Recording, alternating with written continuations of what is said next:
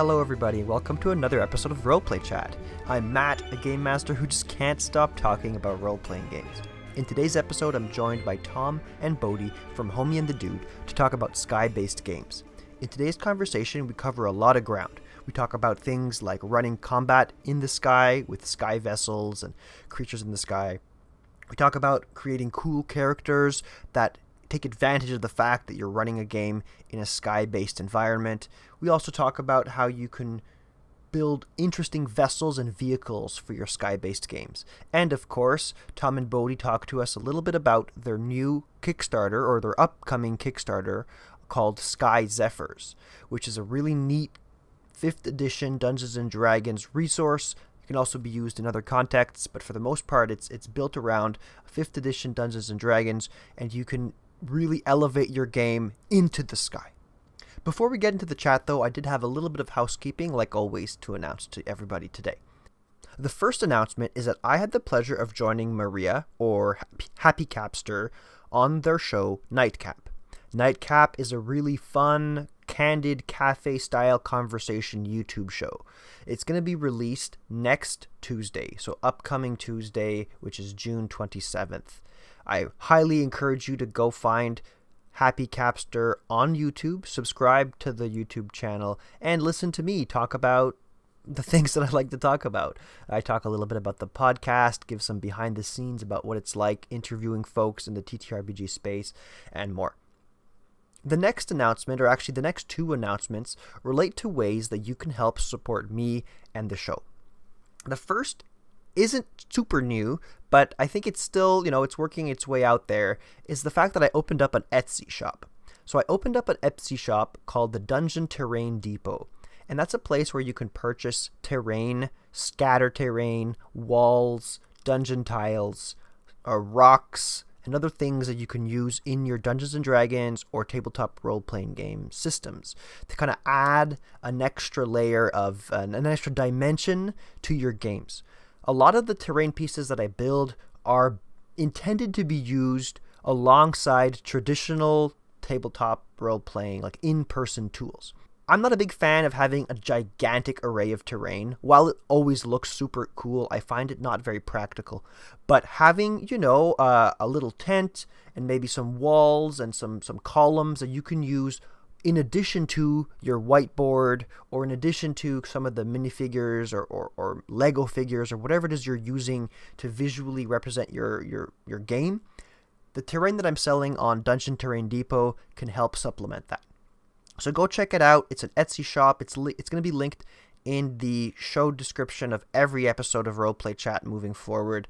And yeah, so if you want to spice up your game, bring life to your game, you can purchase some of these small scatter terrain pieces that just add a little extra dimension to your combat or to your environments. And then the last announcement before we get into the episode with Tom and Bodhi is that I am going to be launching a Patreon for Roleplay Chat. The one thing that's very clear to me is that the listeners of Roleplay Chat want more Roleplay Chat. And while I can't currently commit to releasing an episode every week, I can certainly commit to releasing longer episodes every 2 weeks. So what I'm going to do is the Patreon is going to be a place where you can support me, but also unlock an additional 15 to 30 minutes of content every episode. I've recorded some really interesting conversations with guests about how they prepare their games, the tools that they like to use to run better games.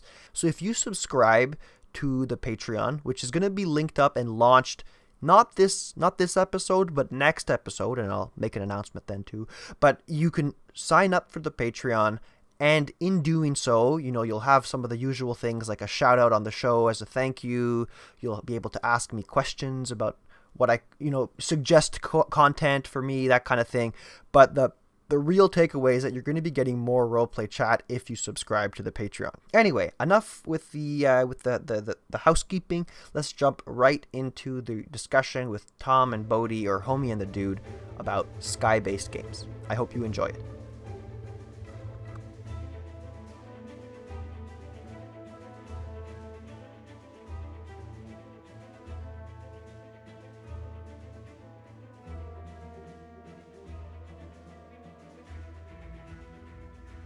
Hello, everybody, and welcome to another episode of Roleplay Chat. I'm Matt, a game master who can't stop talking about role-playing games, and today I am super jazzed to talk to you about our guests and to talk to you about combat, adventures, world building in a land of air, if you will. But so before we get to that, let's introduce our wonderful guests. They are a father and son dynamic duo who are known for amazing interviews of all kinds of personalities, ranging from pro athletes, artists, musicians, and tabletop RPG creatives, and more. In addition to their amazing interview show, they themselves are amazing tabletop RPG content creators with a host of game supplements, rules, NPC packs, and their very own family handmade dice. They are the hosts of an amazing actual play series called The Sky Realm, and soon, if not currently right now, a Kickstarter with all kinds of sky resources for your Dungeons and Dragons and tabletop role playing games will be out for you to back. Please welcome me in joining Tom and Bodhi, or you might know them as Homie and the Dude. Welcome to Roleplay Chat. What That an was intro! that was the best. The crowd goes wild. That was the best intro. That was one of the best ever. Dude. That was kick ass. By the way, it is good to see you again. Yeah, It's fantastic to see the two of you again. It really is. yeah. It's a pleasure, dude. And yeah, dude. Thank you for having us. And it's one of those ones where also you just did a lot of research. I'm realizing, I'm like, as you're going through that list, I'm like, damn, you did a lot of research there. You actually looked into a lot of stuff like that. That's the type of shit we would do. I like that. I like that a lot. I like that a lot, The dude. research. I didn't get stats this time. Sometimes I go and I do a poll to get stats. I'm sorry to say I didn't do that this time. But otherwise, the research, yeah, like you're saying, it was done, and I'm blessed to have the two of you back, calling in at midnight or 1:30. Is it 1:30? It's 12:30 here in the UK. 12:30. Okay. It's all right, dude. We're well. I'm young and able to withstand it. Tom's a bit older. Dude, I'm nearly at wake up time, let alone go to bed time. Yeah, exactly. Well, yeah, I'm glad to have you here, especially considering that things are really ramping up for your Kickstarter. Why don't you give everybody listening a really quick, heads up about the Kickstarter? Say hello, and then we'll move on to something that's new to the two of you, our lightning round. Oh, Amazing. Okay, so I'm ready for the lightning round. if you're listening to this, we have been working on new sky-based combat rules for Dungeons and Dragons 5th edition. This is an overlay that can be applied to things like Spelljammer, airships, planes, and also simply modified for things like naval, sub-naval, and also terrestrial combat with land-based vehicles as well. These rules will include everything from three-dimensional movement to brand new player feats with expanded aircrew rules. And of course, a whole host of example airships for you to use in your game, crews to put on them, creatures to populate your world with, items to fill your character's pockets with, all the great stuff. But something that we're super proud of is actually an application that we've built to go along with this. You will be able to now fully customize and build, modify your very own airship for you and your, and I'll say this in quotations, privateering crew as you as you hit the skies. So with our new ship builder application that will turn into a vehicle builder as we expand it throughout the coming years, you will be able to choose parts and stations to build your very own airship, and you'll get a little bill at the end to tell you how much it cost. So that's nice. But that is our Sky Zephyrs Kickstarter. If you haven't yet, go follow the page, go check the pre-launch page, and if it's live now, go donate, go back it. There's lots of awesome stuff. There will be some amazing stretch goals in there. So, and it's made by an incredible artist. It's written by myself and Tom and our writing partner, Tony. And it's been hours of love. We say it's, Tom and I say it's our love song to the TTRPG community. We hope people love it, and we hope you just play it on repeat. That's all we hope from this project. Yeah, and I mean, from the content that I've seen, you can definitely see the love and care that was put into it. So I'm extremely excited to talk to the two of you about aerial tabletop RPG play today. It's something that's I've personally have always been interested in. I've tried my hand at it, but it is, it's complicated. And without a shipbuilder like the one that you're talking about, it can become very overwhelming very quickly. So I'm really excited to get into that and to talk about this aerial, how an aerial dimension can change a tabletop role-playing game. But before we do that, let's get right down to the brass tacks, to business. Let's ask you guys some questions from the lightning round. And here the rules are quite simple. You have to pick a side, and you can't explain why you've picked that side. I'm going to go through a number of questions, and they're designed to help the listeners of Roleplay Chat get to know you as a tabletop RPG player and or game master a little bit better. I'm not saying that, your answers here tell everything about the complexities of you as a player or game master, but they definitely, shed some light and help put into perspective your advice today. But if anyone listening is gonna clip a section of this and slander us on the internet, this is the moment. Exactly. That's exactly the intention. Are we picking a side? Are we picking a side as a team, or are we doing it individually? Good question. I mean, let's go individually. Why not? Cool. Just, beautiful. Yeah. That way you don't have to like debate it. You can just go with your gut. Just go right. With I love it. Sounds great. All right. First question: do you prefer a sandbox game or a linear game? And we'll start with Bodhi. To play in sandbox, to GM linear. Okay. How about you, Tom? I'm gonna just say, I'm not GMing, so I would say sandbox. Okay. I want that. Yeah. You don't need any like justification or anything. No, I mean if you can do it in 15 seconds, you can give a justification. I just feel like it just gives us more creativity to go where and for stupid shit to happen as well. Linear as a GM because it's less prep, and also because if we're running a actual play, it keeps us on track for things. But other than that, I love playing in sandbox, and running sandbox is really fun as well. Moving on. Cool. All right. What about theater of the mind or maps, minis, and physical accessories? Ooh. Oh, you bastard! What a question! You absolute bastard. I have to go maps, minis, and accessories. But I do all my stuff digital, so I don't do minis and accessories. I do all like digital VTT stuff, battle maps, tokens, that kind of stuff. So that counts that's too. me. Yeah. Just for players who can't visualize it. I know, like, as a dyslexic, I have friends who just can't see it, and so having something on the table helps them. Yeah. For me, reflexively, I'm saying theater of the mind, but I've been in certain combat. Theater of the mind has just been an absolute shit show. I have no idea what's going on, but there's something romantic about theater of the mind that I'm clinging on to right now that have done well. So here's the thing: theater of the mind, but the GM has to be exceptional at painting a geographic picture. So it has to be kind of a theater of the mind with some matte emphasis. There's some shade right there to Bodhi right now. Is that what you're saying? Are you like saying? No. I'm not going to mention games, but there have been a couple of different games where we have been like, both of us, we've just been like, what the fuck? Just kind of like trying to figure out where you are, where the other people are, where like what's going on has been very, very difficult. It can be a challenge for sure. All right, next one: martial or magic? Oh, Martial for me as well. Yeah. I figured the two of you would pick that. Okay. But for different reasons. So for me, the less I need to worry about like spells and all that shit, the easier it is for my 56-year-old. How am I? 57-year-old brain. That's the point. That is the point right there. Same reason for me, and also I get to punch people and describe punching people. I love that. I do love that. What about fantasy or sci-fi?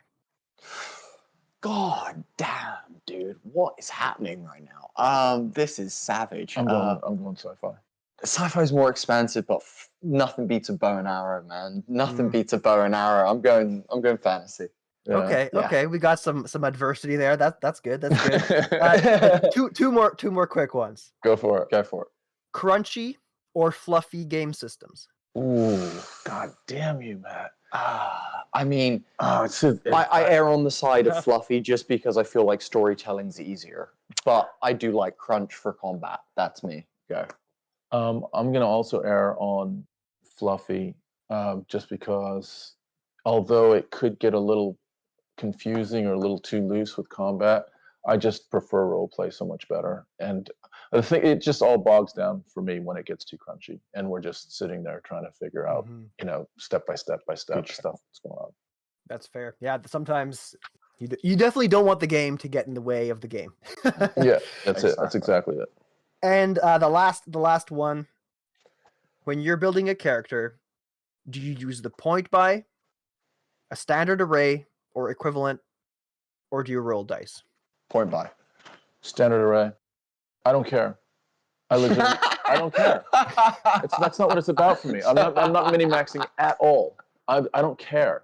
I just want to play the character. See, I point by. The only reason I point by is because I usually like to give myself a super dump stat. Like I like to give myself like a low like 8 or like something where I'm like, this character has a serious like flaw to them. So then but then that also allows me to stack something else and make something else really interesting about my character. And I usually like to have them conflicting each other as well. Yeah.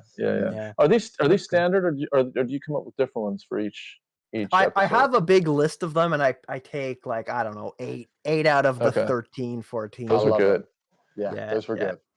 Good. Yeah, well, I'm glad you got the blood pumping. The interview has started, right? The interview has started. All right, so let's move on then. Unless, you know what, I'll give you guys the opportunity. Is there anything that I forced you to say just now that you feel like you need to justify a little bit more before it lives on the internet? Or are you good to move on? Dude, I'm good. I'm good with it. I'm good with everything. And like, some of it's not popular, but I don't care. Like, that's just how I prefer to play. Yeah. They can come find you on Twitter at Homie and the Dude. Yeah, and they can complain all they want. Exactly, and we'll deal with those. But good. All right. So now that the two of you have said your answers, there's no going back. You have to live with that forever, and we're gonna move on. I'm going back. I'm going back. No going back. Yeah, no going back. Oh, you are going back? Oh, yeah, go ahead. Go ahead. Yeah, I was just thinking through this sandbox or linear, and I'm gonna have a little bit of a modification to my sandbox.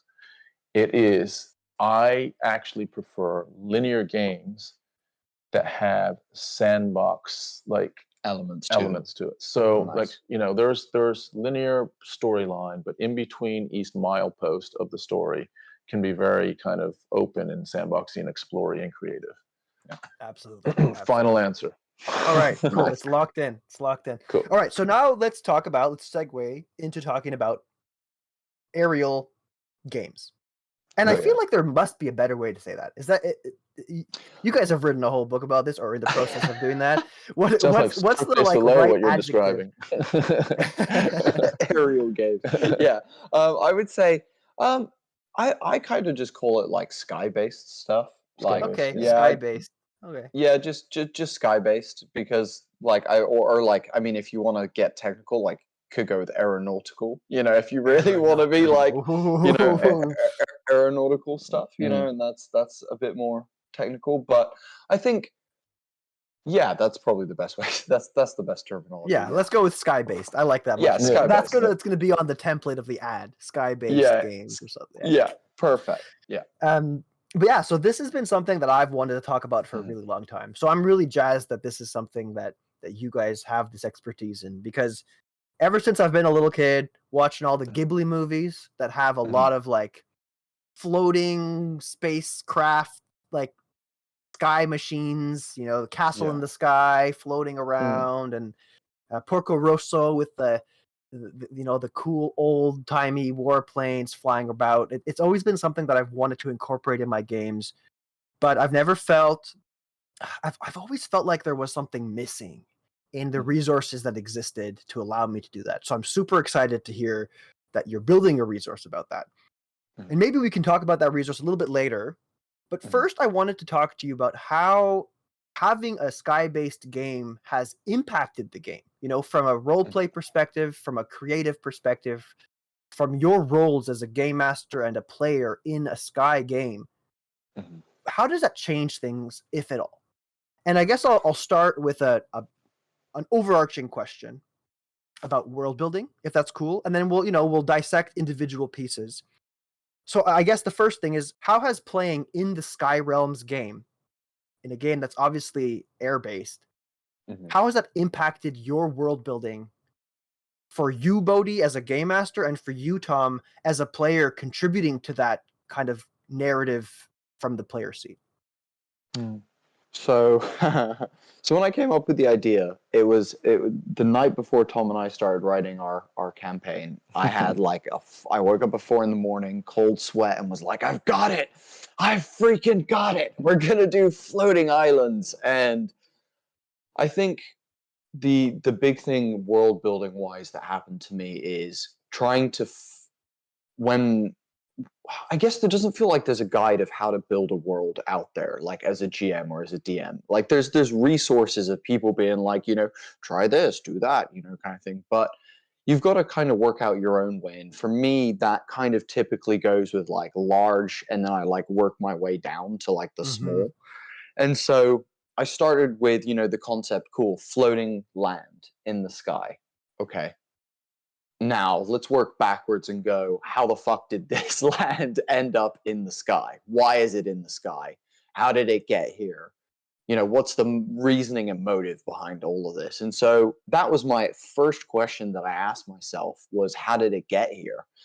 And so I was like, well, maybe there was a planet that, and bits of it got pulled away from it. Why would bits? And then it's like, cool. So why did bits get pulled away from the planet? And I'm like, okay, maybe, who's powerful enough to do that? Well, gods. Okay. So now I can start thinking about my pantheon and going, well, there's Deus, the All-Father, and you're like, would he? And I personally, I don't like large god pantheons. That's just a me thing. I don't like Roman, gods. I don't like Greek gods. Like, don't get me wrong, I love the lore and I love reading about it, but it's not for me in terms of creation. I'm not about like a god of luck, a god of freaking money, a god of, shadows, a god of, all that. I just don't have time for it. It's too many freaking religions and gods. So I was like, cool, one All-Father who created it all, and then if people are tearing pieces of land apart, then he needs someone to face. And I was like, I don't want someone for him. So I gave him a daughter and then a step, like a demigod son. And they were the ones that ended up causing the war and, ending up with these chunks in the sky. So the answer is it affected every single part and still does when I'm building stuff. I have to consider, what's the climate here? What how is it, feeling for these people?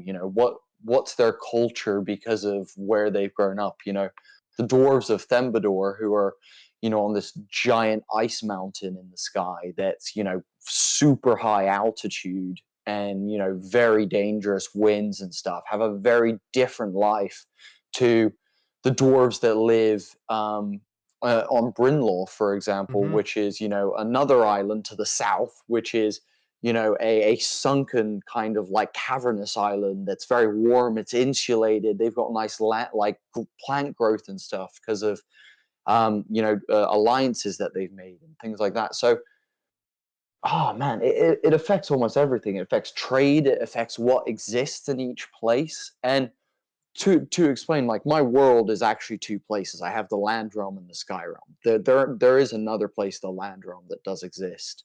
But I've only been showing people like the sky realm section. So yeah, from a world building standpoint, it affects almost everything that I do in terms of thinking about how it slots into whatever island they're a part of, or the space of sky that they're occupying, things like that, basically. Go for it. Yeah, so I'm going to go the other way. I think for me, I was just thinking about it just now, like what would be the difference if we were, for instance, navigating the land realm? And I don't think there'd be a whole lot of difference as a player. For me, it's interacting with NPCs, interacting with other PCs, and whether that's, on a ship or on one of the islands, that's kind of what's foremost in my mind. And some of the islands have different geography, and that's, feels like it's fairly similar to if you were on different geography in a land-based campaign, that type of thing. So again, my whole emphasis is really to try as best I can to just get into character role playing. And so there are elements of, you get into a sky battle and you have to deal with those variables. But just hearing another human be like, but you just get into a sky battle. but like otherwise, it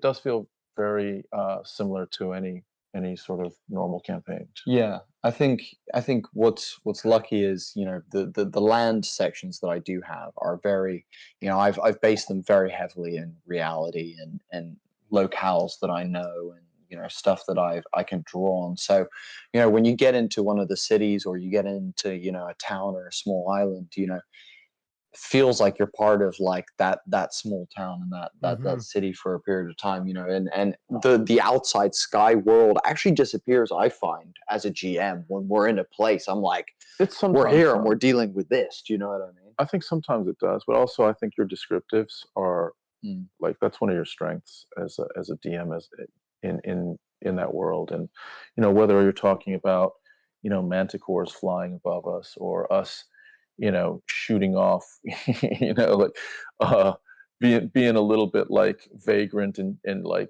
being vandals and shooting things off of one island onto like patrolling what would are kind of like police in our world. We call them the Imperials, and little things, little touches, I think that bring it to life, bring the fact that you're on an island to life. I think you do a really good job with that. I appreciate it. Yeah, and I really like how you guys are talking about everything is different, right? Everything about your world building revolves around this, but somehow the played experience feels the same. And I think that that's really a testament to the world you've built, Bodhi, because it could feel very different. It could feel harder to navigate as a player, but in this case, it sounds like it isn't. And I can really appreciate that, because that was something that I was worried about when I kind of took a sidestep, and instead of going full sky mode, I'm like, let's just do naval vessels in my homebrew world. Let's worry about that. And even that worried me, that, the islands that my players were going to be exploring, I was worried that I would create them in a way that felt too disjointed from one another, and that I would use them as these pockets of space that allowed me the opportunity to create something very unique and very different. But then, that how is that thing connected to the rest of the world that's here was something that I struggled with, and I think I've kind of figured it out, but it was something that I was worried about on the onset. So it sounds to me like you've kind of nailed that. Would there be any kind of recommendations or advice you might have to people listening for dealing with that kind of issue of, you have these spaces, there's a lot of airspace between islands. How do you still keep them feeling like they're part of the same fabric of your world? That's a great freaking question. And I've got a couple of ideas. The first one is, if you look at our sky realm, if you look at how many islands there are, there's 11 or 12 large main islands on our map that are like mostly habited, mostly like filled with stuff. Then there's probably about another 20 to 30 smaller islands that don't mean shit, basically, that are just there to be there if I need them, and to fill out a map and make it look good. And like, I think so what I would say with that is, I chose those 11 islands, and with those 11 islands, what I did was I thought very similar to you, of like, cool, I have a pirate island that belongs to the pirates of my world. The pirate king lives there, and but that island itself has actually a native group of like Dampiers that live on it, and they have actually taught the pirates stuff. And there's like this weird connection between the pirates and the Dampiers and stuff. And so, I have that going on here. And you go, well, how does that then relate to like what's going on elsewhere? And I think the thing that I started realizing is, the game that I play is one that is set in reality as much as possible. Like I try and very much, bring that like Game of Thrones grit, or like, Breaking Bad grit, Walking Dead grit, Last of Us grit, any of those like kind of shows where you're looking at like it's people on the ground in the shit, like dealing with the problem. And so, and the problems kind of connect, like the problem is an Yeah. overarching I problem. see. yeah. So I chose two big problems that are going on here, which connect everybody and means that everyone is fighting for the same thing and thinking about the same stuff. So one, there is a awful, oppressive government that are the richest group of people, basically, and through a wealth-based class system, they have begun expanding territory, taking over, massacring. They're just an awful group of basically elves that have lived for a very long time, that have been able to exist and accrue masses of wealth through time that they've been alive. And they are a big problem because they run the trade routes in the sky. They patrol they don't deal with rebels. They've had two big rebellions in one of the main cities that they've dealt with by starving people out. And they're just pure savages. Like they will do anything at the cost of their power.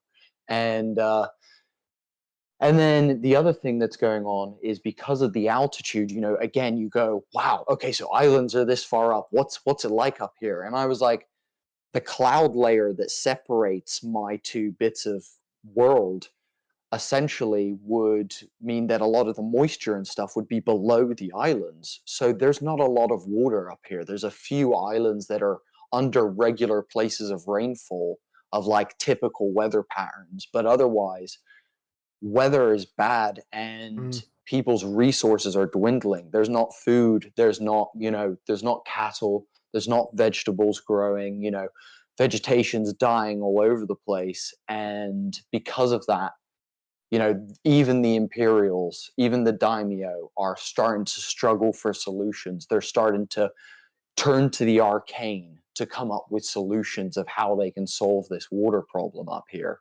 And so yeah, dude, I think my advice is find something that links everyone. Everyone, like, if you look at the world nowadays, if you look at, for example, take a time period of like, a time when Britain were ruling the world, many groups of people unified in fighting against that. It's the same thing when Rome were going across their thing, during World War II, we saw the world unify for these reasons. And that can be a great way to link your islands together and link your stuff. So that would be my advice. Find a reason that even though people have different walks of life, even though you have people who believe this over here and people who believe that, they both understand I'm thirsty. Like that's something we all get, and that's super important. Or even, even if they're not, even if they're part of the Imperials, they understand how, their wealth-based gluttony of water is very privileged. So there is, even though there's different dynamics, different variables in different islands, some islands are a little bit more lush than others. But they understand that they're, a rare entity in the sky. So it's just having that connectivity, that super, I don't know, like overarching plot connectivity. Yeah, And yours is political and resources. Yeah, political and resources is what it's all about. That's cool. That's really and that's fantastic advice. Yeah, to have this overarching issue, conflict, kind of be the thing that ties them together. You talked a little bit about tone too, how it's gritty, very Game of Thrones. I think that might be another way, maybe not as explicit, but having a consistent way that you're telling the story and a way that you're portraying the peoples that are living through it.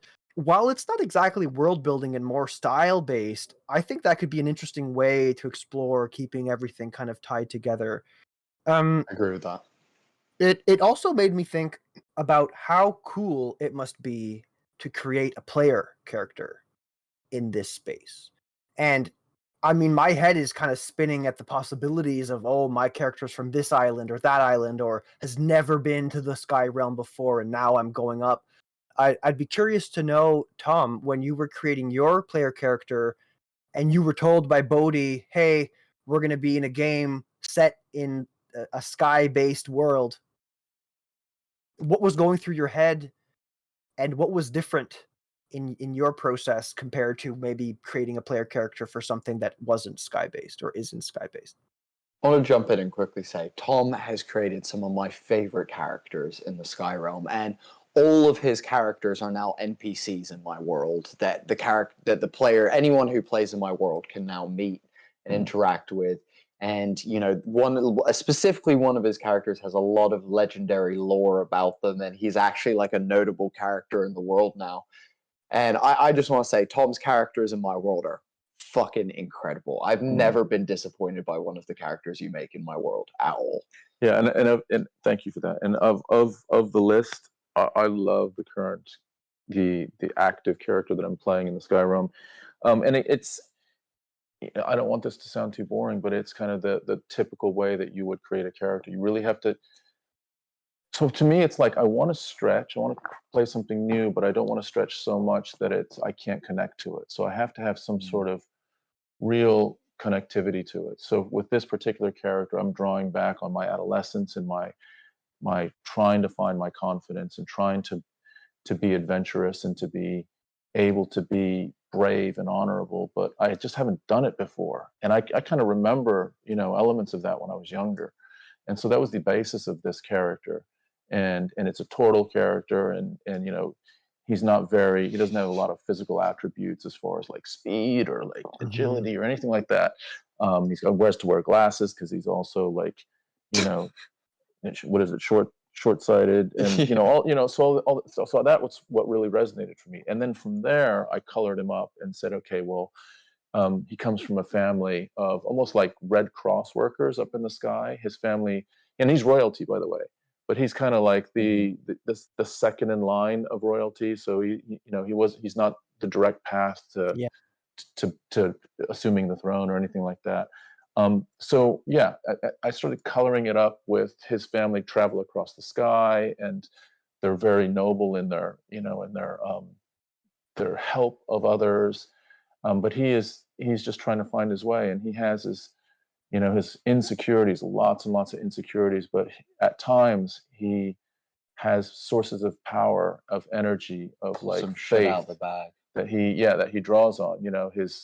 His lost uncle is like this person that believed in him when he was younger, and one of his paths is to try to not just try to find his uncle, but try to find the spirit of his uncle inside of himself. And like a lot of that is just stuff that would really resonate for me in developing any character in any kind of setting. But that's the first thing I do, is try to really connect with the character, and then I'll paint around.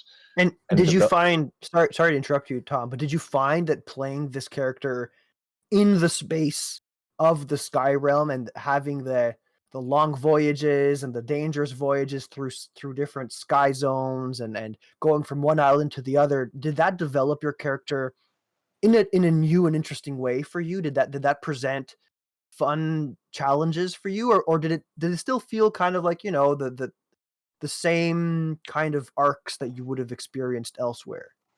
I think a little bit of both. So the arc is that I have left my home.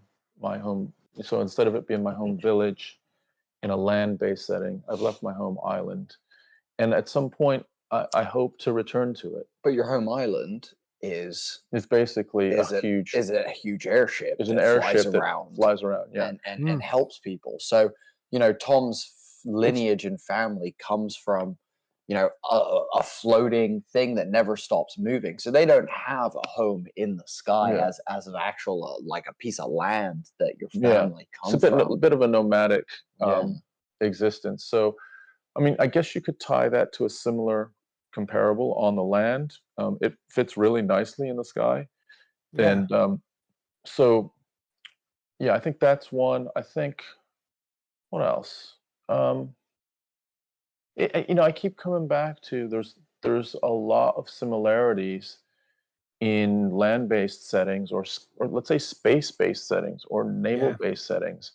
The periphery is different, but the interactions with the PCs and the NPCs, it has to be authentic. And that's the thing that I continually am loving to explore as much as the other stuff. And I'm fascinated and really, really like joyous to be part of Bodhi's description of the world. And some of it's fucking awesome. I love it. And just, kind of reacting to all of that is different, I guess, in the experience. But yeah, that's really cool. Yeah, the foundations, to me, the foundations are what, like, I think the important thing for you as a player is to find why you love the game and to try to replicate that in whatever setting a DM chooses to put you in. Because if you start like accommodating for other shit, then you now start compromising your enjoyment of the game. And I think that's when it starts to not be hit and miss. And I want it to be hit and hit like over and over again.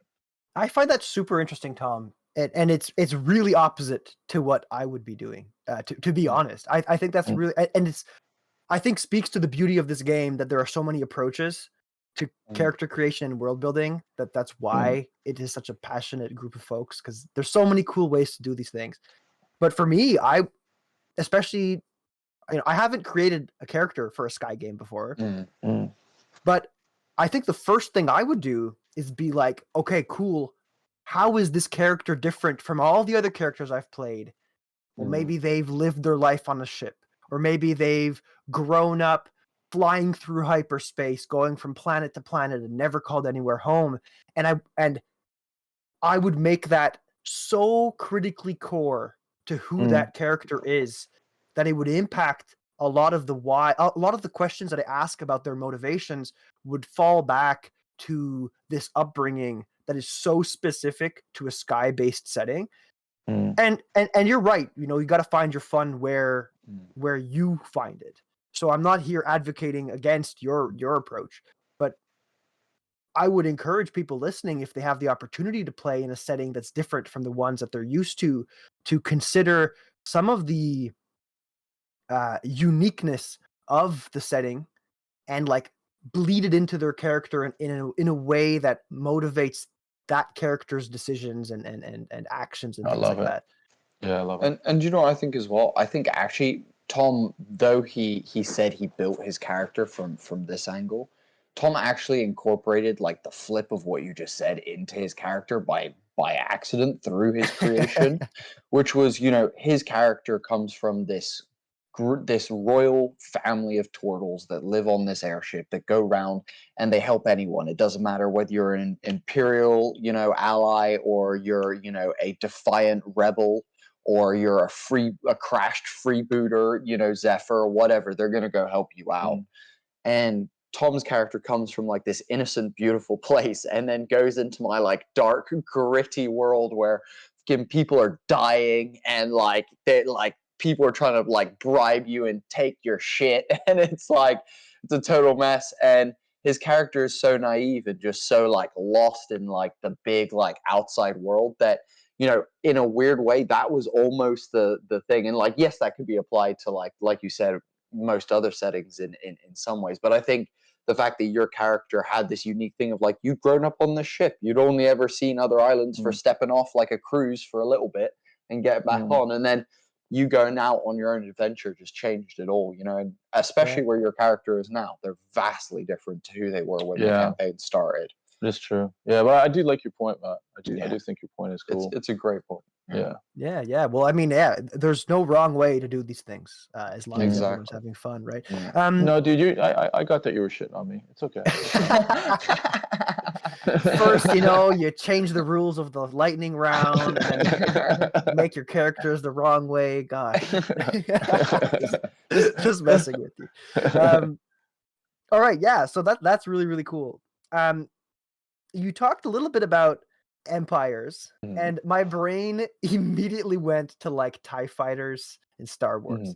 And I know it's not, this is that's a sci-fi, fantasy type of space, but all I can visualize now in my brain is a sky fight of a bunch of TIE fighters circling around the Millennium Falcon, shooting at it, and they're trying to like navigate their way around. And I think maybe now is the opportune moment to talk about the unique challenges and opportunities that a sky-based game has in the area of combat. So why don't we, pitch this over to the two of you? And I know that this is something that you kind of outline in the resource that you're kickstarting. So maybe you can talk a little bit about the Kickstarter, a little bit about, why Sky Combat is so unique and interesting, and we can kind of go from there. So first of all, it's unique and interesting because no one has done it. If you look at what Wizards of the Coast have, they don't have anything. You can say Spelljammer is something, but let's be honest, we all know it's not. And I love D&D, but WotC, took a big old dookie on all of us with that book. And I think what I realized early on in this, and I said to Tom, it might have been like the third or fourth day of writing. I said to Tom, I go, how do we fight people in the sky? I was like, how do you do that? And so the unique stuff that it presents is this, and then I'll talk about how we tackled that. Chime in where you feel is important, but the uniqueness is it allows you to choose different levels of technology. So you can go from low level fantasy, where we're talking like the most basic stuff that you could have on like an airship, for example, or a flying machine. We're talking, Leonardo da Vinci's, like glider with like hot air pockets. You could go that basic, or we can go, all the way up to high sci-fi of like, these are spaceships shooting lasers and beams and all that kind of stuff. And all of that fits into this realm of open space dogfights, basically, is what it comes down to. And it's the same thing with naval stuff as well, though it's more battleships than it is dogfighting, but it's very similar in terms of theme and feel. So it opens the opportunity to choose different technological periods. It opens the door for you to style your game if you want to go diesel punk, steampunk, if cyberpunk, it opens you up to, like, again, all that kind of realm of creativity. In combat, though, if we're talking specifically in combat, it opens up something where your team are trying to cohesively work together. And don't get me wrong, I'm not sure if you feel this, Matt. At times in D&D, it feels like players are off thinking about their own thing. And in combat, it's very rare you get moments that feel like the team are fully together, in sync, doing things for the same motive. Like, I think one of my main moments I've ever seen that happen is in Dimension 20's Fantasy High Season 1. They're fighting dwarves at this like broken down like concrete place, construction place, and all the players like ready actions to link together to pull this giant stone golem down, and they all roll perfectly, and it feels like this team unified moment that feels rare in D&D. When you have an airship, having all your players on that airship and everyone focusing on the fact that if this ship goes down, we all go down with it. This campaign ends with this ship here and now. It means that everyone suddenly cares about something that isn't just themselves. It means that everyone is trying to work together to one unified goal, either get the hell out of there or fight back and make your stand. And I think that's something that's just really different to D&D. Though it can be done in player combat, it can be with good GMing. You can set up an encounter to be like that, but it's way easier when they're all on board something that becomes part of the team. So I would say we really tried to tackle that in our system. Multiple aspects of what makes when you see old war films and you see two what are they called, like red arrows or whatever the planes are called, like Red Barons. Chasing each other, and they're doing loops and they're around each other's tail, and same with TIE fighters and all that kind of stuff. That is exactly what we want this to feel like. Chess, sky chess that involves high-powered weapons and danger and swashbuckling and all that kind of shit, basically. Yeah, and I know you want to say something. No, it is all of that. yet we also wanted to make sure, because we did, we have a fair amount of feedback that there's a balance, right? You want to make sure that you have fun, simple, dynamic, creative movement, right? But not at the expense of traditional D&D combat as well. Yes. So you want to have that balance of, it's not all about the ship, but it's not all about just like every player doing their own thing. So how can you do a little bit of both? How can you be aware of the ship? How can you sometimes use the ship to gain an advantage over an attacking foe, and other times how can you exhibit your own powers in a combat that don't have to do necessarily with the ship. So we wanted to have that balance, and I feel like we've gotten it. And I think what we saw out there was that things were either too crunchy or too loose, and we wanted to strike that that middle ground of providing something that. And by the way, there's enough flexibility in ours that you can turn the dials and make it crunchier if you prefer, or make it looser if you prefer as well. I was about to say that, like the system that we've created, the way we've tackled this. So I'll talk about a couple of different things that of how we tackle this in our system, and then how, I'll give some advice to people, without our system, how you might be able to go about this. But otherwise, I recommend our system. Trust me. The way we go about this, though, is one, we've created 3-dimensional movement that can be done on a 2-dimensional map, which is something that is revolutionary for VTTs, because all virtual tabletops at this point are currently 2-dimensional, minus things like Tailspire and the up and coming like 1D&D thing that they're creating in Unreal 5. So that's a huge one. Then the next thing is dynamic movement. That means that, whoever's at the helm is, choosing the way that this Zephyr moves through the sky like it's a chess move. You're trying to predict what your enemy's doing, and you're trying to make your own decisions that will then either, trying to predict and be defensive, or trying to predict and be offensive, and trying to work that out. The next thing that we brought into this is we brought in an air crew system that is vastly different to anything else you'll find out there. This air crew system allows you to either play each crew member on your ship that isn't a player or a named NPC as an individual crew member. If you want maximum crunch and you're absolutely a maniac. However, if you also want it to be the simplistic way that we recommend, you will basically have your air crew in the background doing their stuff, and each player will get a list of general commands and then specialist commands based on the player feats that I'll talk about in a minute, that they can then give the air crew to then have a resource on the ship of crew members that can then be used to do other actions. So not only do you now have player actions, not only do you now have things that you can do on the ship, stations and parts of the ship that you can interact with, but you now have an air crew that you can also utilize and do special things with throughout the combat. The final thing that is a huge one that we've implemented is our new player feats. And this is a whole new style of player feat.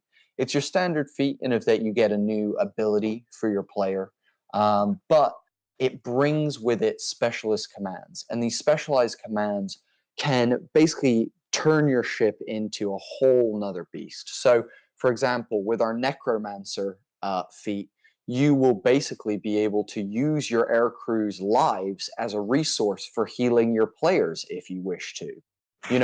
With our cleric feat, you can get the ship to pray together in hopes of shielding your ship. Things cool. Like that. So it becomes this thing where the whole thing is alive. Your whole ship is, needing repairs. It's, you're on a station firing something. You're trying to, boost your engine. You're repairing that. You're telling an air crew member to go do this.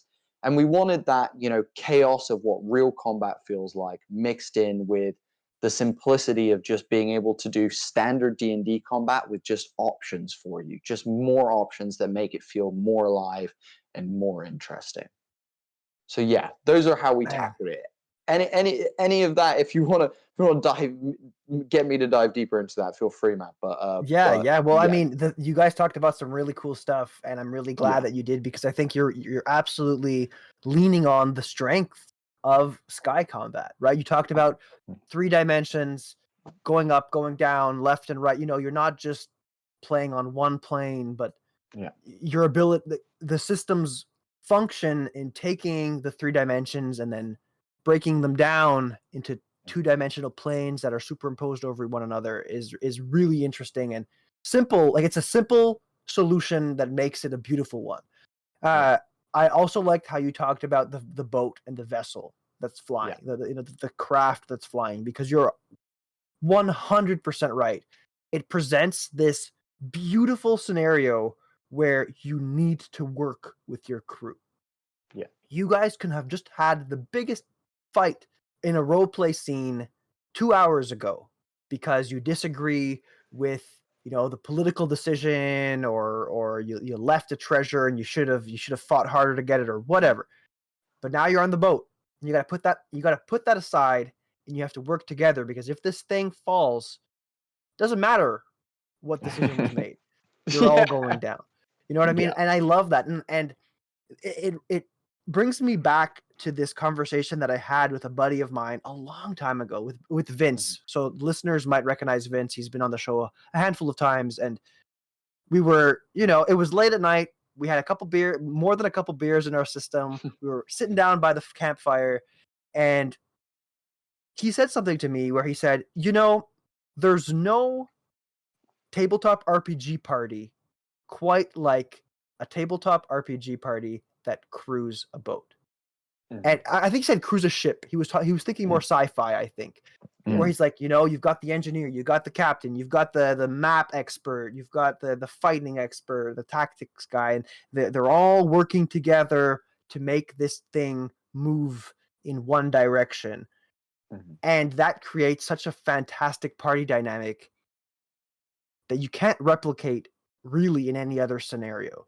And we conversation ensued, but the bottom line was basically that. It was, it presents such a fantastic opportunity for these characters to collaborate, and a system like yours where it emphasizes that collaboration by using the vessel as a tool to have a crew work together, have parts of the boat that need to be mended, or individual pieces of the vessel that can be hurt and then need to be taken care of. Like, these are things that add a whole layer of tactic that are fantastic. I love it so much. Well, dude, let me throw this one out there to you as well. I think you'll really like this. Something else that we got a little GM note about. I'll share this from the book because it's one of my favorites. But a little GM note that we have is during our order of combat. The order of combat that we recommend is exactly the same as the standard D&D order of combat. To keep it simple for everyone, it's what we know. We've added a simple extra step in the middle, which is that all of the Zephyrs that are in a combat move at the end of the round of combat simultaneously. So the idea can be, and we say, it becomes a lot more interesting if your players choose their movement and keep it to themselves and write it on a piece of paper. The GM chooses their movement, keeps it to themselves, and then at the end of the round, everyone's ships move and we see where everyone ended up. It becomes a whole nother ball game then, because not only is everyone now trying to actually predict and use feats to then get insights on what the GM's thinking about doing, and all this kind of stuff. It adds a whole nother level of just truth to that moment of like, oh shit, I think it looks like he's going up, let's go down and try and dodge him, or get behind, let's pull the brakes and try and get behind him, let's swerve into him and like maybe try and ram him. Oh shit, he went up, we swerved and missed him entirely. It becomes crazy then, and it becomes very real, and everyone's then starting to think and strategize, and that's the biggest thing we wanted. One of my biggest things that I love about D&D is when players are like, I have a crazy idea, like I have something wild in here, and it's a strategy, it's a plan, it might just work, let's see if the GM allows it. That's my favorite shit. And if our system pushes you to begin thinking in that way of like, oh god, we need to make big plays here, or we need to be thinking about that, that's exactly what we're kind of aiming for. And I think also, just to build on that, as a player, this is really nuanced, but as a player, I understand that a DM or GM will want to build drama, will want to build a climactic, really tense-filled moment, right? It's their job, and it's what we all want to hopefully capture. I think it's even cooler if it's a matter of chance whether that happens or not. So now the GM is part of, it's almost part for a minute of the risk of the whole thing. Like it's out of their control as well. Mm-hmm. So those dynamic moments where, someone wants to go to a different altitude, and maybe both ships wanted to go to a different altitude, and they start turning toward each other through their own separate moves, their own separate decisions, just builds some additional chaos into it that we just loved. In some of the playtesting, it was really cool how, and there's also elements where if you're really clever, you can de-risk a situation, or you can get a huge advantage on another ship by just outsmarting them. And now, you're either behind them, and they can't really easily turn their weapons around towards you, or you're underneath them and you can ram up. There's all sorts of different ways that you can play this, where it makes it very tactical, but it's like more, I don't know, more authentic than just relying on the DM's their control of creating the story, because at some point the story can be even more dynamic than anything the DM would have ever created. That's the thing that I think is really cool. Yeah. Absolutely. And Tom, you bring up a fantastic point about how risk is elevated to this extreme, right? When you're in the air, thousands of kilometers up, on this vessel that is propelled by a hot air balloon. If that balloon goes down, like, you're in a lot of trouble. So it creates this real element of risk that goes beyond just like your character being kidnapped or being killed by like a demonic creature in the underworld. Like it's so different, and it's so beautiful. And I think personally that it can only really be replicated in the air. Like there's nothing quite like it. We talked a little bit about the vessels going up, down, turning around, going, into a different area. But I think part of that strategy must include taking advantage of the benefits that your vessel has over the other vessel. So I wanted to take a few minutes to talk a little bit about, the opportunities that sky vehicles present, and kind of maybe walk me through a little bit of your process for creating interesting sky vehicles and what that means. That's an awesome question. Sky vehicles are, in my opinion, dude, I like, when I designed my world, I was like, I love steampunk. When I was 15 years old, 14 years old, and I was in wood shop, my teacher was like, what do you want to build? And kids were like, chair, sir. I want to build a fucking lamp, sir. And I was like, I want to build steampunk gauntlets, because that's what's fucking up. That's what we're talking about. Yeah. So I've always been in that mindset of, I love steampunk. I love, this kind of airship, Zeppelin, Zephyr, kind of world. So in terms of creating interesting ships and stuff like that, first of all, in the book, you will get 4 or 5 large example ships that will show you, by large, I mean like lots of information about them. They will have a crew that is, that you can use as a GM to populate with. It will have, full artwork. It's going to have backstory and information about the ship, all that kind of stuff, as well as then also probably about 18 other just example ships with less info about them, but examples that you can plug into your game. So the cool thing about this is the way we create our stat blocks is through our ship builder. So what we actually do is we just create parts that we think are cool, and then we build the ships with parts that we feel are cohesive, and can design a super stealthy ship that has a mirrored hull so that it reflects light and looks like it's invisible. It has a balloon that's painted with clouds on it and blue, it's a disguised blue, all this different. So we can design the ships based on what kind of thematics we wanted, based on the parts and stations that the ship is comprised of. Also, for players in the game, in the book you will have probably a list of over 100 parts for all the different size ships. So everything ranging from tiny to huge. We have Zephyrs that are tiny size all the way to huge.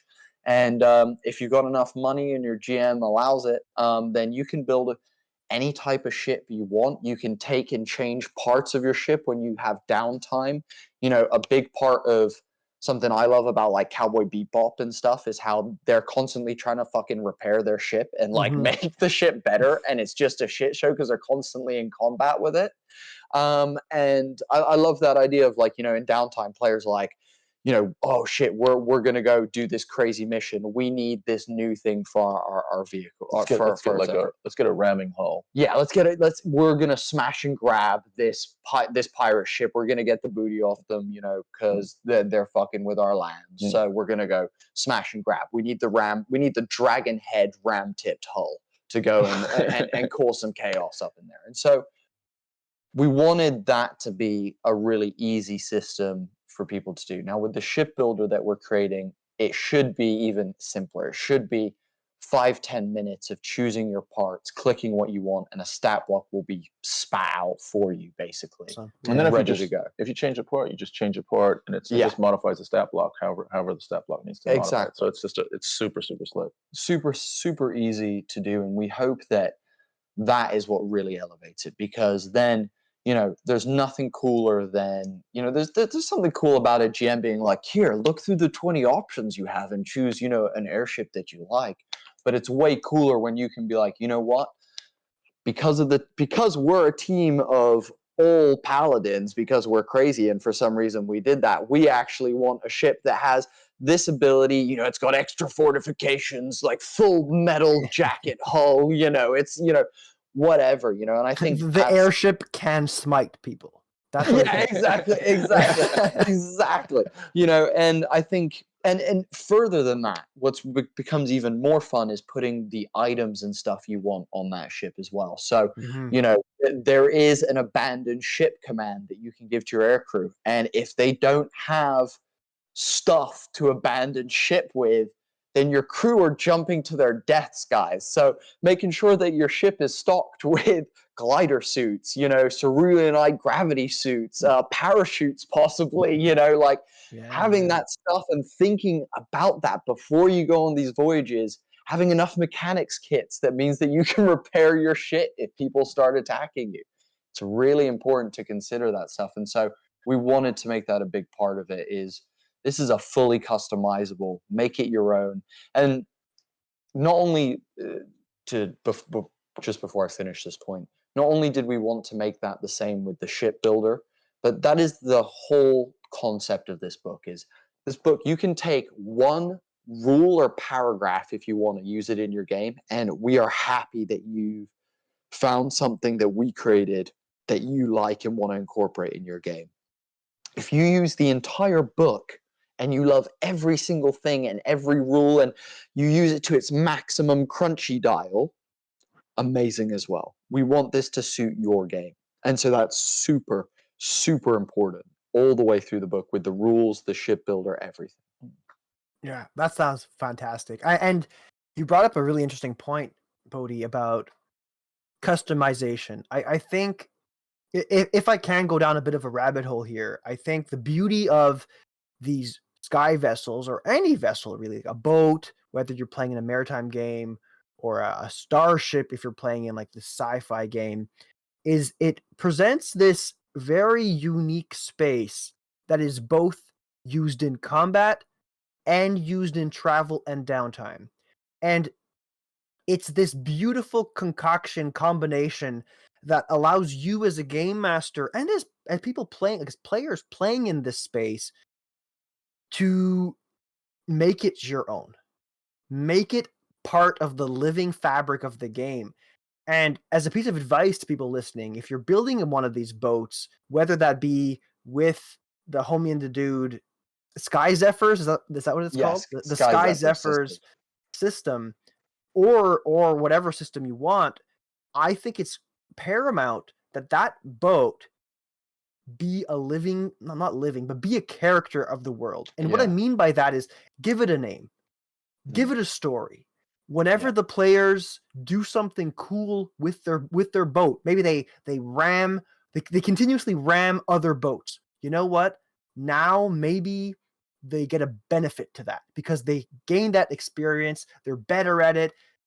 Perk up the boat. Give them a character sheet where the boat has the feat about ramming and it gets a bonus for ramming or whatever, because that's going to make them love that boat a whole lot more, and it's going to create a whole lot more drama if and when that thing were to be destroyed. So it creates this inanimate object that feels just as important as an NPC or a character, because it is. It's like it's their home and it's been through this adventures with them. One thing that I've done a lot in my game, in my pirate game, is I've made challenges explicit challenges that they had to overcome, that they were required their boat to do. So Yeah. I kind of like jerry-rigged the challenge to be especially easy if they use their boat that they, recently customized to have a very shallow hull, because now Yeah. they can get through a very narrow strait. And by doing that, it feels like this sense of accomplishment kind of carries over to the boat. Oh man, the boat, it was because of the wave breaker that we could do this. Yeah. Now, it just keeps adding this layer of love and affection and passion for this thing. Um, I know we were talking about combat a little bit, but anyway, it doesn't need to be No. in combat. It can be in a completely different space, right? I fully agree with you, dude. I Yeah. fully agree with you. Like, I think a good example for anyone who's listening who owns a car that they love Yeah, profusely, exactly. that's what it is. If anyone else gets in your car and is like, oh, and you're like, yeah, but it's got that car smell that I love, and it's Yeah. my trousers are in the back because I like you. If that's you, then you know what we're talking about. Like, if you Mhm. love like your car or your vehicle like that, that's what we're talking about. It becomes part of the family. Like you said, it becomes part of the team, and that's awesome, Yeah. especially The if you things it does well and the things it Yeah. doesn't do so well. The things, maybe Exactly. the rear view mirror, you can never quite get it. Like it does. If you Exactly. push it too hard, it falls out. Well, you get used to that, and it becomes part of the character of your vehicle. Absolutely. Yeah, I wrote literally a GM note the other day in the book that talks about, your players are going to learn, they're going to be forced, is how I wrote it. They're going to be forced to learn the strengths and weaknesses of their Zephyr very quickly. Not only that, but you as a GM will also know the strengths and weaknesses of their Zephyr very quickly. And thus Mhm. you can tailor the difficulty of encounters based on that. Because something else I love, Matt, is like, I'm not sure, you talked about tailoring an encounter so that this new Zephyr that they have is the one to work. I also like going the opposite way as well. What is the one encounter that their ship is just not built for? And how are they going to drag that ship through that problem and overcome something that they Absolutely. really struggle with? And I love that as well, dude. So I think that's a really, really good point. Yeah, For any GMs listening, that's a solid point, Matt. Yeah, you do them in sequence, right? You give them a few Yeah. softballs so that that they're like, wow, this thing's the best. I love it. And then you get to the real big challenge, and they're like, oh, we can't abandon this thing. It got us through those other things. Yeah, exactly. Dude, it's all about luring them into a full sense of security and then just bringing the hammer down. That's all a GM does, really. Absolutely. Oh, I love that. Oh, man, I feel like I could talk to you guys about this all night long, but we've been talking for a little over an hour, and I think I've maybe two more questions for you, and then we can maybe wrap Go it up. for it. We'll Hey, try to it's be all quick good, dude. about Yeah. it. Go for it. But the next one is about kind of like role playing opportunities.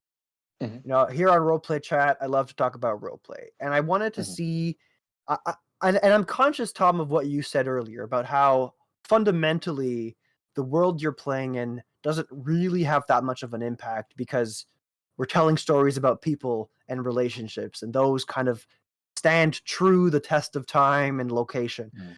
But I'd be curious to know what kind of unique opportunities playing in a Sky game presents players and game masters when it comes to like social environments, role playing, social challenges, that kind of thing.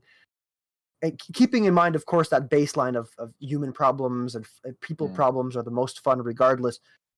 What kind of things could you say might impact that or influence that with regards to the fact that you're playing, on a skyship, or you're playing miles and miles above the ground and you could fall at any moment? How does that impact role play, and does it add a layer of like drama or complexity that maybe people aren't aware of that they should be aware of before they start playing in a game like this? Yeah, it does, and it's like you have more food for exploration. So if you have some regular NPCs that have certain characteristics, certain personalities, maybe you have an NPC that's particularly has a really good, strong connection to you, and it's almost like at some point it becomes very similar to like a familiar. You have a special relationship, or you have some sort of like less ideal relationships with some NPCs. So there's aspects of that, but also like just having the ship's personality to deal with as well. So I look at these as just additional entities to be able to interact with and to be able to role play with.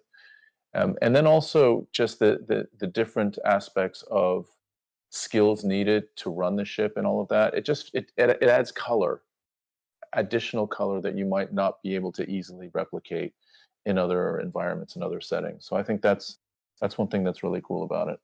I would say as well, like, first of all, like, think about downtime on like a naval ship. People are like hanging off the ropes, and probably people are probably swimming here and there as well, jumping off board. It's a little bit different when you're on a sky ship, but someone might hang a hammock over the side. You know what I mean? Like, people, it becomes like this, the downtime activities become very different. And furthermore, I think generally in the sky, something that's really cool is filling your sky with natural life as well, and stuff for your players to interact with that aren't just NPCs. Like, I love, throwing wild creatures at you guys. Like, we have a very, very densely packed kind of creature base in the sky of just, there's big predators, there's stuff that's really cute and really nice, and there's everything in between those two things as well. And you can interact with that stuff while you're in the sky. But something else I wanted to mention that I think we in our system incorporated, that is a big social thing that will be really awesome, is with the air crew, there's a whole morale system that we've kind of put in place. Cool. So, if there's stuff going wrong on your ship, your air crew then can, as a GM, you can start playing up, your air crew aren't happy with the way you guys are treating them. You guys need to maybe pay them more, or do something. You need to be looking for ways to make a morale check to gain a level of morale back, and things like that. And so, having those interactions, as well as also the leveling system we have, the optional leveling system we have for aircrew, which requires, you to have specific aircrew for a period of time. They have to survive combat encounters, and they have to be on your ship for a certain amount of time before they can level up. And at that point, you also have to negotiate new pay with them. So there's that whole new dynamic of players actually, going and hiring the crew, then dealing with their crew, continuing to make the crew happy and work with their air crew, so not only is the ship an entity, but the crew is something that they socially now have to kind of deal with. But outside of that, just talking generally about Sky stuff away from, combat or Sky Zephyrs or our system and stuff. Generally, dude, I would say in terms of role play, the big thing that it does is, a lot of the role play in my world then comes down to, we don't have enough ceruleanite power gems to make the water run this month.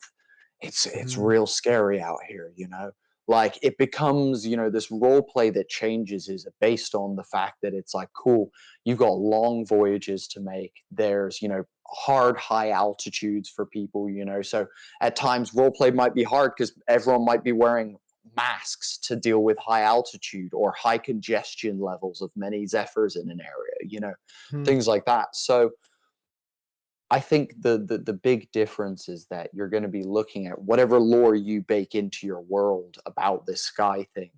That will affect almost every conversation, every thought your players are having. I know our cast are thinking about, we're now connected to this group of rebels called the Water Runners, and they're out here in the sky. They have their own airship, and they're delivering water to people in the sky illegally. So, you know, you're kind of the way that you plan and the way that you talk to those people, then the way you deal with mafia that you're working with, and the way you deal with guards that you're befriending to get the water from, it becomes a really interesting situation. And I think, obviously there's opportunities for being in the sky if you want to create lingo of like, oh, check your port sky bow, if you want to like make up lingo and in role play in that way as well. If you want to go that way, you definitely can do. But I think the room is just you creating a really beautiful, fruitful world that incorporates the aspect of flying being a challenge, or something that is needed to be dealt with, irregardless of whether it's as easy as for us as humans, where you pay for a ticket, rock up 3 hours, you're on a flight, you watch movies and get there, or if it's as difficult as pulling lines and raising sails and doing all this other shit and chucking gems into an engine to power it and stuff. It all comes down to how that then impacts the rest of everything that's going on. All the standard social and political and trade and wealth and all that shit comes down to how easy is it to fly and do that shit between islands and all of that. So it all interlinks back together is I guess what now adds that next level of just something else to fucking worry about the whole time. It is. You're right. It's something else to worry about, but I think we ought to worry about it. And as a game master or as a player playing in a space, right? It's part of it. Yeah. And like I really liked your example about how either you can be pulling the ropes and doing all this work and talking to the crew and boosting up the morale, or you could, pop a couple of Xanaxes, pop in the plane and fly for 6 hours to wherever you're going. Yeah. But if that's what's happening in your game, I would argue that that's not necessarily a sky-based game, because the sky isn't pivotal in it. It's not playing an important enough role. You're just using it as a method of transportation. But I really, really like this idea of, the role play involves the distances. It involves the downtime. It involves the crew that's helping you do it. It's involving the social political drama that's associated to the fact that you're in the air. Like those are the things that make being in the air unique, and we need to focus on that if that's what we want to be playing in a sky game. You know what I mean? Like I think that's a fantastic point. Dude, like a great example is, as a GM, I forgot we were in the sky. I run a combat encounter where our players are on their ship. They fall asleep for the night and put the ship on like cruise control, basically. In the night, pirates latch onto their ship and start boarding them. At one point, the players are like fighting the pirates, and one of the players just straight up kicks one of my pirates off the ship. And I'm like, well, he's gone. Yeah. He's gone. Like that's it. He's gone. You don't have to roll for damage. Yeah, I'm like don't roll for he's dead. I'm like, and how you do this is he falls and is never seen again. I'm like, that's how that goes. And so, that's one of those moments where, like you said, it needs to be accounted for. I shouldn't have, as a GM, he should have been standing so close to the banister. Do you know what I mean? Like he wouldn't have been that close to the edge of the ship. That was my mistake of not thinking about that in that moment. And I think, that's something that needs to be accounted for at all times, for sure. Yeah, for sure. All right, really last question. We'll be quick about it, and then we can maybe talk final thoughts on your Kickstarter. I wanted to ask you, let's pretend I'm a game master who's never run a game in the sky. And you know what? I've never run a game in the sky. What would be advice that you would give to somebody who is contemplating and considering it, that goes above and beyond what they would normally do, when they prepare a game or they get ready to run a game? something that you would recommend they consider because it's going to involve the sky? That's a great question. My like gut instinct, the moment you said that, the first thing that I was like, oh, you need to do this, is you need to have your way that anything is flying. You need to know the lore behind how that works. So if that is in our world, you use these very special gems that can be mined, or some creatures grow them, and if you hunt those creatures and harvest them, you can take the gems from them.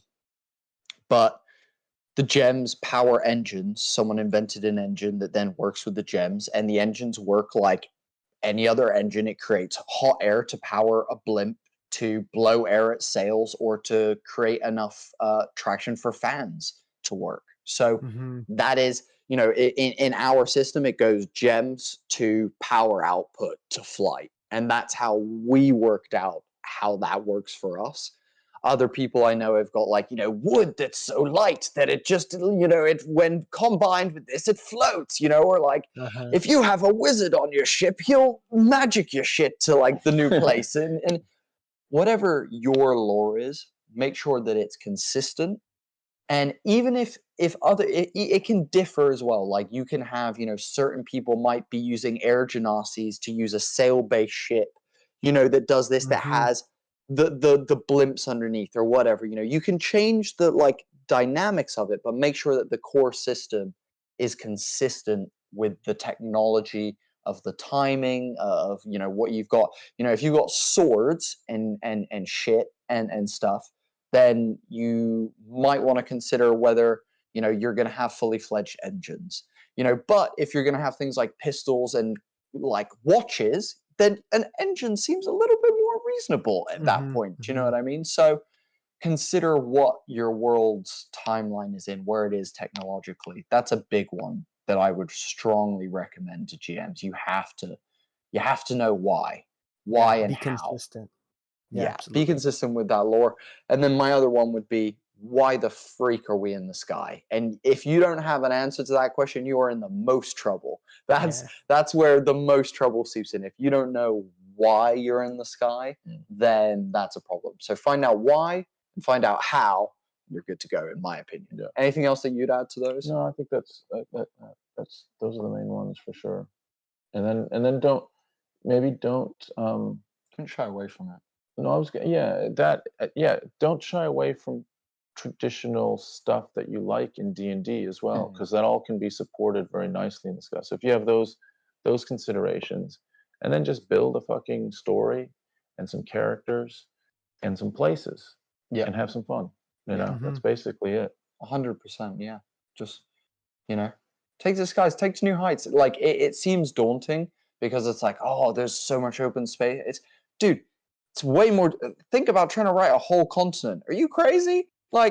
It's way easier to get up in the sky and write individual islands where you can pocket things into one place and things like that. It's way easier to do that. And trust me as well, it becomes fun, especially if you lean into the sky stuff. Living on an airship or living out in the skies. Not being people who are either island hoppers or people who are based solely in one city or something like that. But embrace the fucking sky. Get your party out in there. Start the campaign with them having their ship already and starting it in the sky, or being part of a fleet of pirates and they've been sent out on them and they've already got their ship that they've come to get. Give them that. Lean into that shit. Don't shy away from that. If anything, you will find yourself being wow, this is wild and I'm having so much fun. And if it's overwhelming, then guess what? It might not be the thing for you as well. That's something else. I don't want to put this out there as sky things are for everyone.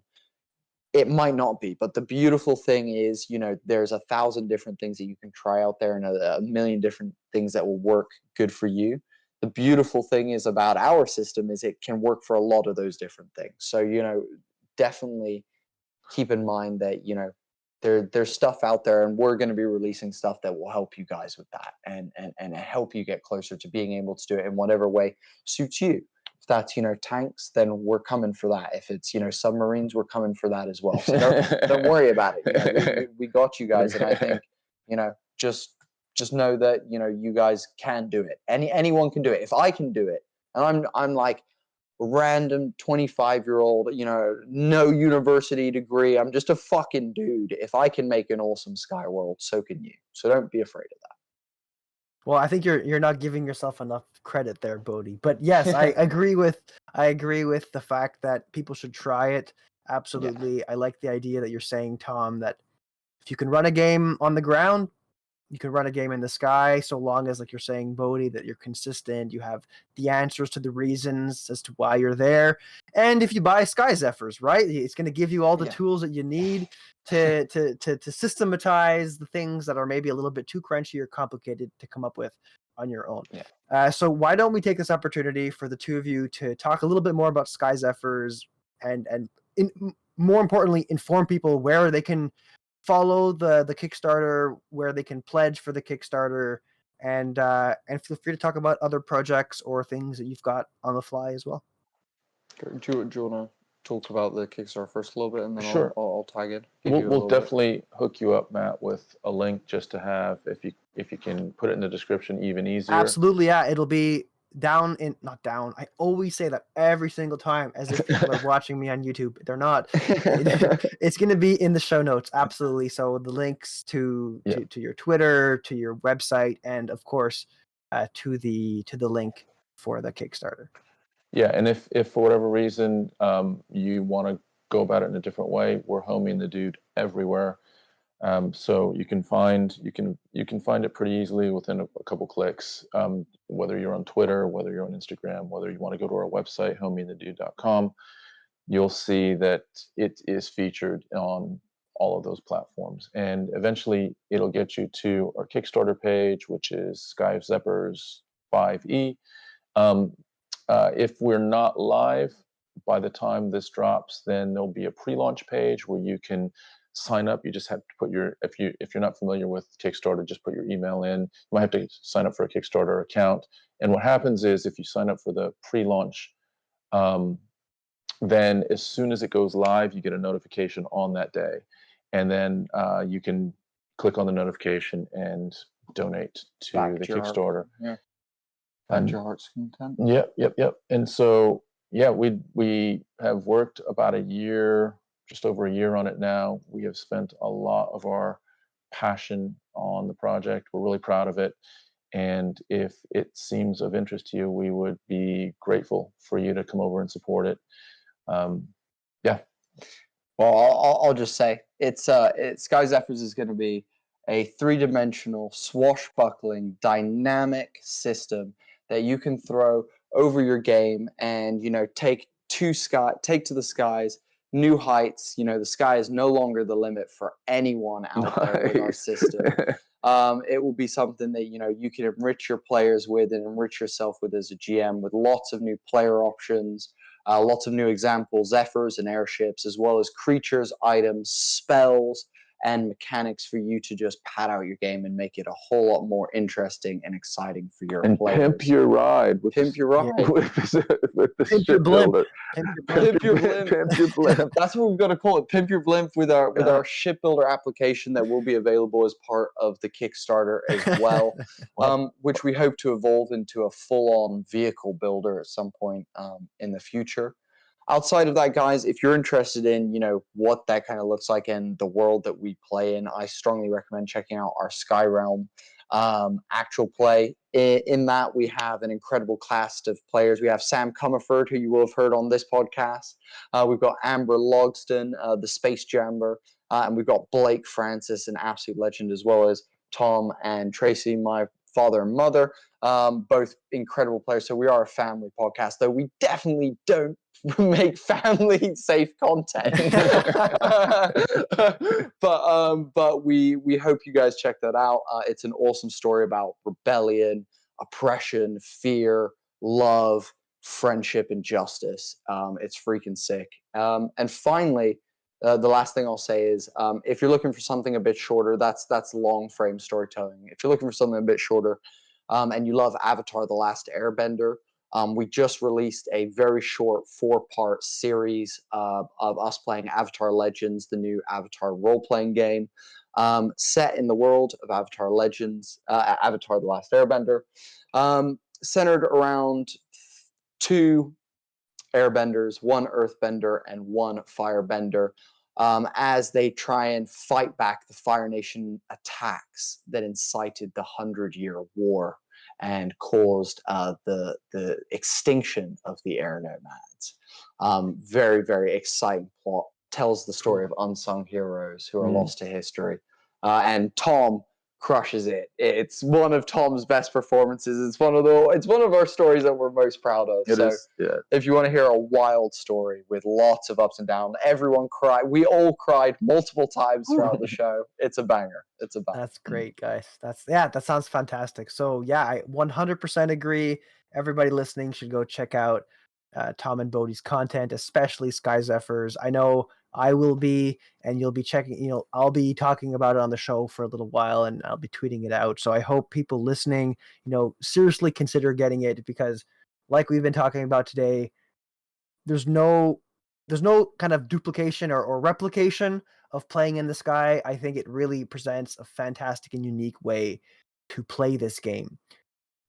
If you had questions for me, you can contact me on the usual channels. That's at roll_play_chat on Twitter. And if you don't want to be subjected to a character limit, you can email me at contact@roleplaychat@gmail.com. A friendly reminder to review the show wherever you're listening and to share it with the fellow players or game masters that you play these beautiful games with, to help spread the good word of Roleplay Chat. And with that, Tom, Bodhi, thank you once again for returning to Roleplay Chat to chat with me. It's been a pleasure. Thanks for having us, man. Dude, first of all, anyone listening, Matt is the true legend. Anyone who listens to this knows that Matt is the true legend. So all of you, again, good shit for listening to this guy. Thank you for continuing to bolster this guy up, because this podcast is awesome. It's one of the best resources out there. Keep listening it, keep sharing it, word of mouth, social media, whatever you can do. Get this beautiful podcast in front of people who love TTRPG's eyes, because Matt bloody deserves it. And thank you, dude, for having us. Hey, my pleasure. My pleasure. Thanks, Matt. Cheers, guys. Let's call it a chat. Hell yeah. Let's call it a chat. Beautiful.